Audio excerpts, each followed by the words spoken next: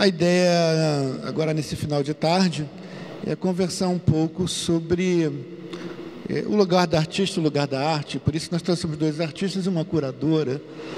É que nós no Observatório temos enfrentando uma conversa, viu, Eduardo e Marie, que é da relação entre o território e a arte, né? Como é que essas relações de pertencimento que construímos com o território, elas estabelecem também narrativas estéticas, né? De sentido do mundo, de significado do mundo, de nossa existência, né? E esse tem a ver, é claro, com travessia, e por que o travessia acontecer na favela, e por que trazer pessoas como você, né?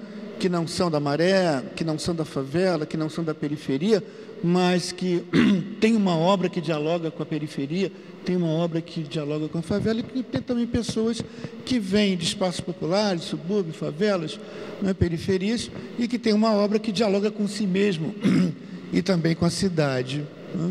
Eu acho que não existe um lugar próprio da arte e do artista, e acho que também é um cuidado constante de quem trabalha com arte, de não fechar isso, né? De não enclausurar a experiência da arte ou a ideia de artista ou de obra de arte em qualquer tipo de território.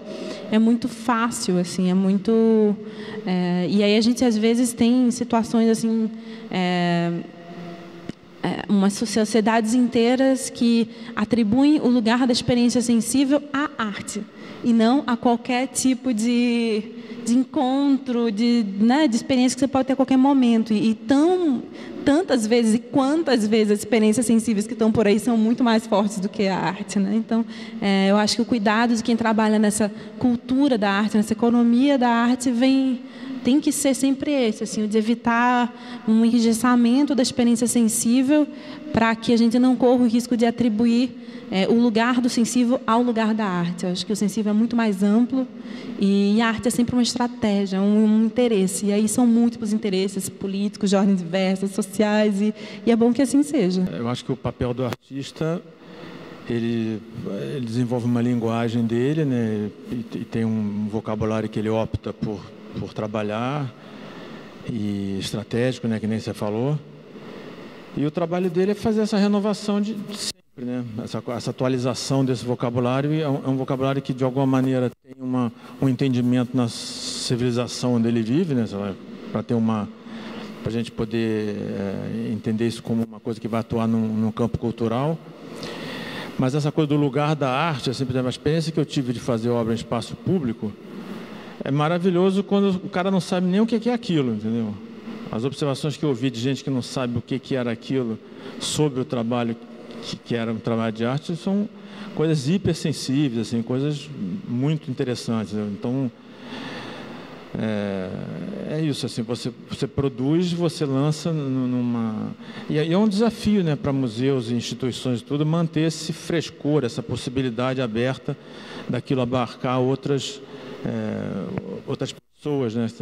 Muitas vezes intimida, né? A experiência que eu tive de fazer no espaço público, justamente é o fato de não ser um lugar intimidante, né? Assim, um lugar que é uma coisa, talvez a experiência que ela teve de não fazer no centro cultural, né? Uma coisa de ser quase virgem o negócio, e aqui o recebimento das pessoas ao trabalho é muito gratificante, assim. Não é simplesmente a coisa de legitimar ou não legitimar o gesto como arte, mas de procurar nessas outras leituras o que é que vem dali também.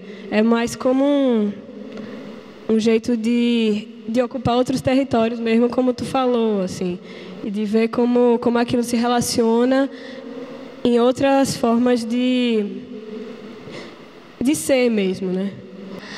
E aí eu conversei muito com um professor, que é arquiteto e do departamento de design agora, chamado Gentil Porto Filho, e é artista também. E é ele que me deu essa dica de ir atrás dos situacionistas, que tratavam exatamente da performance, mas da cidade como performance e do acontecimento, que gerava uma mobilização ali de energia, mas que não deixava nenhum vestígio, sabe? E desse jeito de acontecer a cidade como happening.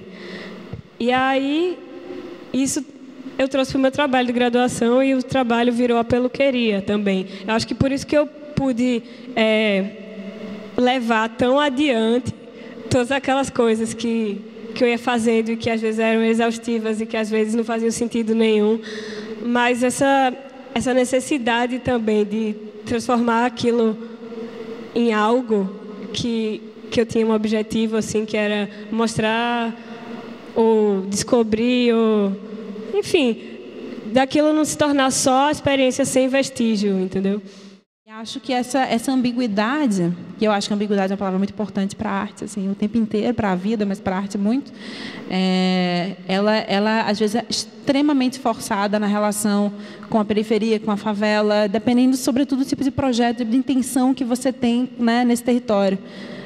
E não é fácil, então acho que iniciativas como Travessias, que tornam isso aproximações um pouco mais calmas, não é um evento, né, mas é um programa, então, que o tempo inteiro está acontecendo, as pessoas possam respeitar o tempo do outro e se conhecer, eu acho que são extremamente benéficas.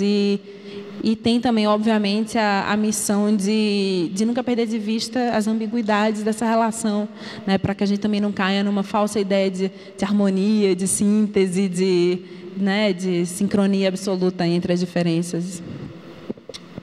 Então, muito obrigado. Eu quero agradecer a presença de todos vocês.